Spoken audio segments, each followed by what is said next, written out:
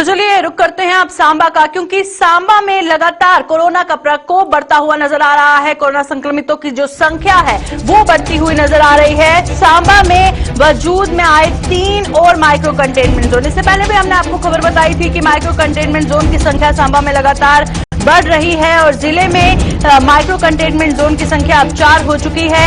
फिलहाल अगर पूरे हम सांबा की बात करें, सांबा में एक्टिव पॉजिटिव मामलों की गिनती जो है वो 16 पहुंच चुकी है। तो लगातार एक के बाद एक कोरोना संक्रमितों की जो संख्या बढ़ रही है उससे साफ तौर पर हम समझ सकते हैं कि किस तरह के हालात वहां पर बने होंगे, पर लोगों को भी समझने की जरूरत है। हालांकि प्रशासन पूरी तरह से कोशिश कर रहा है, जम्मू कश्मीर पुलिस पूरी तरह से कोशिश कर रही है कि जो SOPs है उसका पालन हो, पर लोगों को भी, आम जनता को भी समझने की जरूरत है। रुक करते हैं सांबा का। ऋषि खजूरिया हमारे संवाददाता ज्वाइन कर चुके हैं। ऋषि, बताइएगा क्या कुछ अपडेट है? कोरोना केसेस का जो ग्राफ लगातार सांबा में बढ़ता नजर आ रहा है। देखिए प्रियंका, आपको बता दें कि लगातार माइक्रो कंटेनमेंट जोन की यहाँ संख्या बढ़ती जा रही है और जिले में अभी अगर बात करें तो टोटल पिछले दिनों की जो माइक्रो कंटेनमेंट जोन बने हैं टोटल संख्या ये 12 हो चुकी है। इसके चलते अगर बात करें तो जो 4 नए माइक्रो कंटेनमेंट जोन बने हैं, जिसमें एक हमारे जिला का प्रवेश द्वार टप्याल इलाका वो माइक्रो कंटेनमेंट जोन बनाया गया है।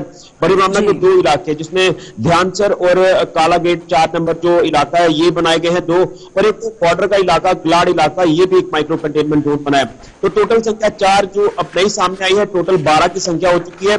जिसमें थोड़ी सी राहत की खबर यह है कि 2 इसके एरिया जो है वो डिनोटिफाई हो चुके हैं। वहां जो पॉजिटिव सामने आए थे वहां दोबारा से उनकी रिपोर्ट नेगेटिव आई है, तो उस इलाके से पाबंदियां हटा ली गई हैं। तो कहीं ना कहीं अगर बात करें तो ये चिंता का विषय बन चुका है कि लगातार पिछले 1-1.5 हफ्ते हम देख रहे हैं कि आए दिन यहाँ पर माइक्रो कंटेनमेंट जोन बन रहे हैं। यहाँ पॉजिटिव केसेस की संख्या धीरे धीरे बढ़ना शुरू हो चुकी है और टोटल जिला में जो संख्या है पॉजिटिव केसेस की 16 हो चुकी है। और इसके बीच एक बड़ी खबर ये भी सामने आ रही है कि सेंट्रल यूनिवर्सिटी की राया इलाके में है, वहां से भी 2 बच्चे जो पॉजिटिव आए हैं। हालांकि ये सूत्रों के हवाले से अभी जानकारी मिल पा रही है, इसको लेकर पुष्टि कुछ देर में हो सकती है। तो ये एक चिंता का विषय कि ग्राफ बढ़ना शुरू हो चुका है और कहीं ना कहीं अब हमें एहतियात बरतने की काफी ज्यादा जरूरत है। हालांकि प्रशासनिक अधिकारियों की बात करें तो वो लगातार जिस तरह से ऑर्डर्स जारी कर रहे हैं या इन ऑर्डर्स की इंप्लीमेंटेशन करवा रहे हैं, तो यहाँ पर पाबंदियां लागू हो चुकी हैं। जितने भी माइक्रो कंटेनमेंट जोन है यहाँ पर मेन मकसद यही है कि 100% टेस्टिंग वहां पर की जाए और जो लोग पॉजिटिव आए हैं उनकी कॉन्टेक्ट ट्रेसिंग करके वहां रिस्क को कवर किया जाए और उनकी टेस्टिंग करके ये देखा जाए कि कौन पॉजिटिव है और कौन नेगेटिव है। और उसी के बाद यहाँ से पाबंदियां जो वो हटाई जा रही हैं। यहाँ कंसर्न पुलिस ऑफिसर्स की तैनाती की गई है, नोडल ऑफिसर्स को यहाँ पर बिठाया गया है, वो पूरा रखे हुए इन इलाकों में। लेकिन हम अब यही देखना चाहते हैं आने वाले दिनों में, एक तरफ वैक्सीनेशन को लेकर बात कर रहे हैं कि वैक्सीनेशन हर एक व्यक्ति जो है वो लगवा रहा है, लेकिन दूसरी ओर जो ओमिक्रॉन वेरिएंट है उसी को ध्यान में रखते हुए ये पाबंदियां लागू की जा रही है। हालांकि ज्यादा पैनिक वाली बात नहीं है। किसी इलाके से अगर 1 केस भी सामने आता है या 2 केस भी आते हैं तो उस इलाके को माइक्रो कंटेनमेंट जोन बनाया जा रहा है।